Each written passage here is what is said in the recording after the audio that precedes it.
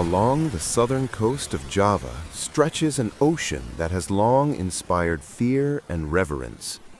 This is not simply because of its waves, nor its unpredictable weather, but because of the beliefs that surround it.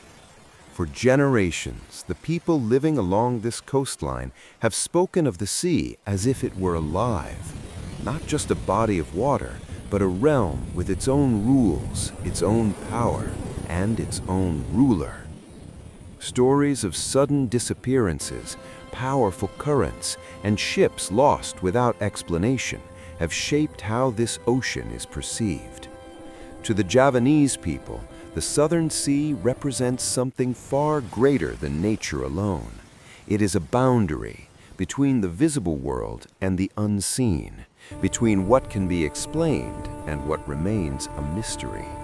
And at the center of these beliefs, one name has endured for centuries, a name whispered with caution and respect: Nyi Roro Kidul.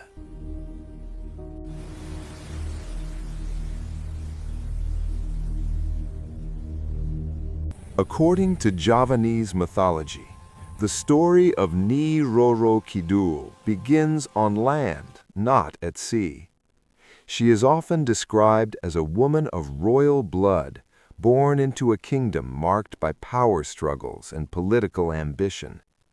Different versions of the legend exist, but they all follow a similar path: jealousy, betrayal, and suffering caused not by fate alone, but by human conflict. She is said to have been cursed, either by rivals within the palace or through forces beyond human understanding. The curse slowly destroyed her life, her status, and her place within the royal court. Banished and abandoned, she wandered away from the kingdom. Her journey eventually led her south, toward the edge of the land and the endless ocean beyond. There, according to legend, she disappeared beneath the waves. And from that moment on, her story was no longer bound to the human world. In Javanese belief, not all deaths mark an ending. Some mark a transformation. The legend says the ocean accepted her. Her pain, anger, and sorrow did not vanish. They evolved.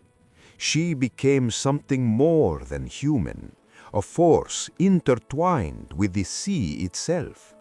From this transformation emerged the Queen of the Southern Ocean, a ruler not of people, but of nature, of tides, storms, and unseen currents beneath the surface. Her kingdom, it is believed, lies parallel to our own world, invisible, yet always present. This belief transformed the Southern Ocean from a dangerous place into a sacred one, a domain that demanded respect, caution, and humility.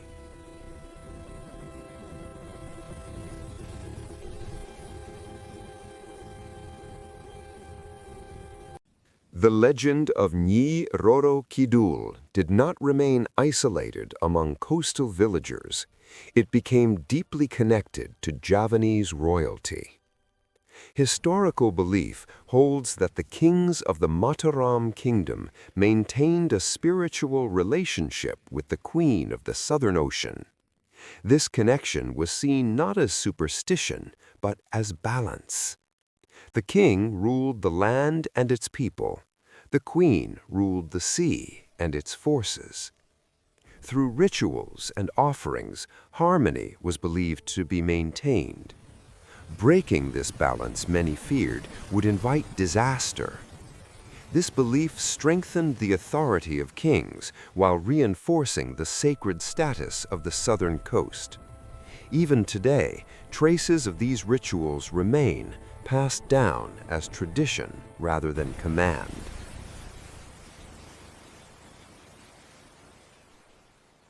One of the most widely known beliefs surrounding the southern coast is the taboo against wearing green. Green is believed to be the color of the queen's realm. To wear it near the shore is seen not as coincidence, but as provocation. Stories circulate of individuals who ignored this warning and vanished into the sea. Whether these accounts are symbolic or literal, they have shaped collective behavior for generations.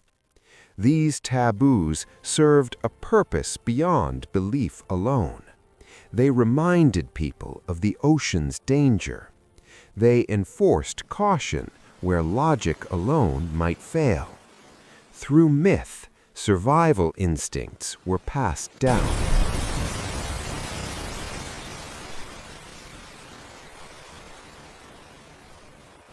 Despite modernization and scientific understanding, the legend continues to persist.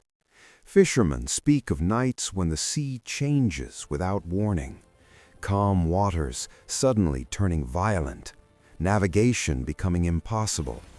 Others report seeing a woman dressed in green, standing motionless along the shoreline, appearing briefly, then vanishing into mist. Empty boats have been found drifting at dawn, their owners never returning. Skeptics dismiss these stories as fear and coincidence, but belief does not rely on proof alone. It relies on experience. And for those who experience it, the legend feels real.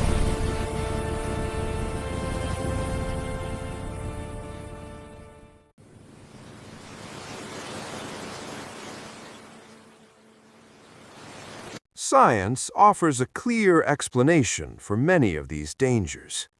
The southern coast of Java is known for powerful rip currents and underwater trenches, invisible forces capable of pulling even strong swimmers far from shore.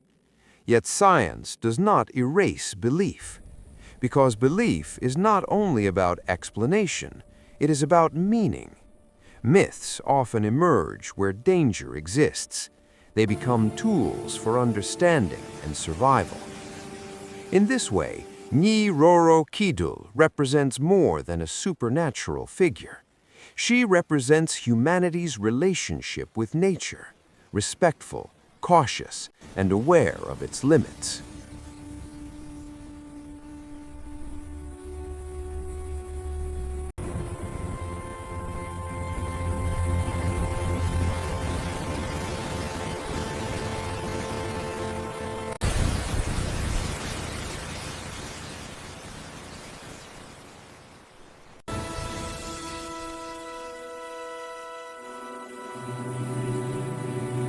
So, is Nyi Roro Kidul real? Is she a spirit ruling the Southern Ocean, or a symbol shaped by fear, experience, and cultural memory?